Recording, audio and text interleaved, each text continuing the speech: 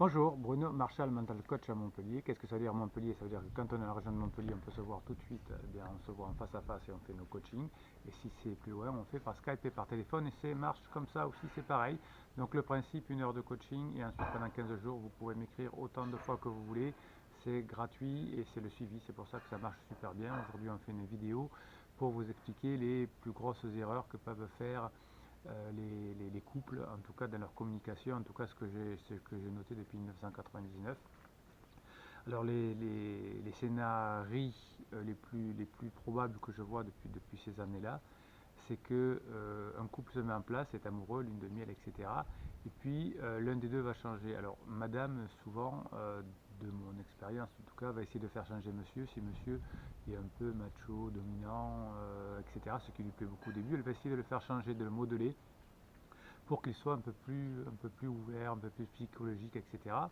Elle va peut-être y arriver au fil des années et souvent je vois que monsieur devient petit à petit très psy, tout ce qu'on veut et finalement devient un peu l'aide ménagère de madame, en tout cas fait les mêmes tâches que madame, ce qui va l'énerver, hein, puisque vous savez que dans notre inconscient c'est comme ça, si on n'en est pas d'accord, ben on fait un petit mail au patron là ou à Dieu si vous voulez.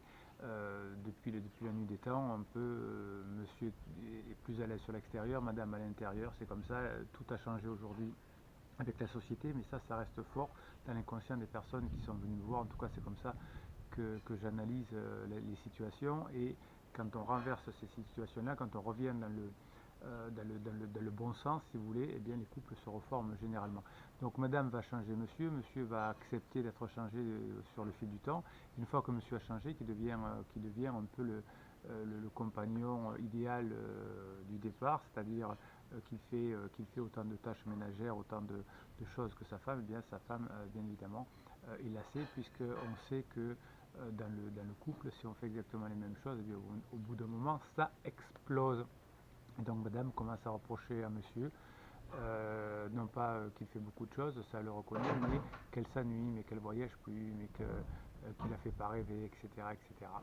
Et donc là, madame va petit à petit se détacher, chercher un homme qui lui donne plus ce côté masculin et va souvent demander la séparation. Voilà. Monsieur de notre côté, qui au départ est entreprenant, propose des soirées, des choses excitantes, fait des surprises, etc., oublie la séduction finalement, oublie ce côté entreprenant, je prends les choses en main, etc. Et petit à petit ne fait que des choses utiles et non plus des choses agréables. Monsieur n'est plus le vecteur des choses agréables, donc ce qui va faire qu'il va s'ennuyer, madame aussi, et dans ces cas-là, s'il s'ennuie, monsieur peut aller voir ailleurs, et madame également. Donc vous voyez que ce mécanisme de lune de miel, au départ, ça marche parce que chacun est bien à sa place. Alors ça peut être inversé, ça peut être madame qui prend l'initiative du plaisir, qui s'occupe des choses lourdes, et monsieur qui s'occupe des choses un peu pointilleuses, un peu répétitives. C'est pas la majorité des cas. Dans les probabilités, on est en sciences humaines, effectivement, et dans les sciences humaines, eh bien, on n'est que dans l'ordre de la probabilité. Donc généralement, c'est plutôt monsieur qui fait les choses lourdes et général, et madame les choses pointilleuses et légères.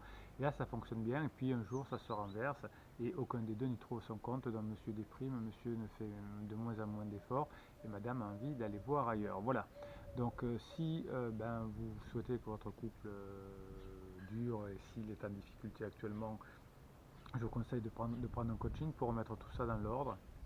Généralement, quand on a remis tout ça dans l'ordre, quand chacun prend une place qui lui dit qu'on ne se marche plus sur les pieds, parce que quand monsieur fait les tâches ménagères, eh bien c'est jamais aussi bien fait que madame, etc. Donc en tout cas, madame culpabilise de ne pas les faire.